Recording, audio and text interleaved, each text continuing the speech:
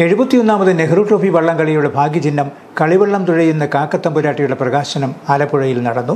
ആരോഗ്യ വനിതാ ശിശുക്ഷേമ മന്ത്രി വീണ ജോർജും സിനിമാ താരം കാളിദാസ് ജയറാമും ചേർന്ന് പ്രകാശനം നിർവഹിച്ചു.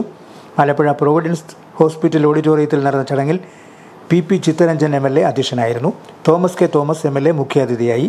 ആഗസ്റ്റ് 30 പുന്നമടക്കായിൽ നടക്കുന്ന ജലമേളയുടെ ഭാഗ്യചിഹ്നം വള്ളം തുഴഞ്ഞു നീങ്ങുന്ന കാക്കത്തമ്പുരാട്ടിയാണ്. ആലപ്പുഴ വട്ടയാർ സ്വദേശി കാക്കരിയിൽ S. അനുപമയാണ് ഭാഗ്യചിഹ്നം തയ്യാറാക്കിയത്. സംസ്ഥാനത്തിന്റെ വിവിധ ഭാഗങ്ങളിൽ നിന്നും ലഭിച്ച 166 എൻട്രികളിൽ നിന്നാണ് അനുപമ തയ്യാറാക്കിയ കാക്കത്തമ്പുരാട്ടിയെ തിരഞ്ഞെടുത്തത്. B.Ed ബിരുദധാരിയായ S. അനുപമ ഗ്രാഫിക് ഡിസൈനർ കൂടിയാണ്.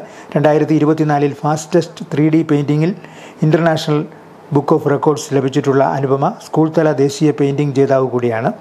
മന്ത്രി വീണ ജോർജ് ഭാഗ്യചിഹ്നം തയ്യാറാക്കിയ S. അനുപമയെ പൊന്നാടയണിയിച്ച് ആദരിച്ചു.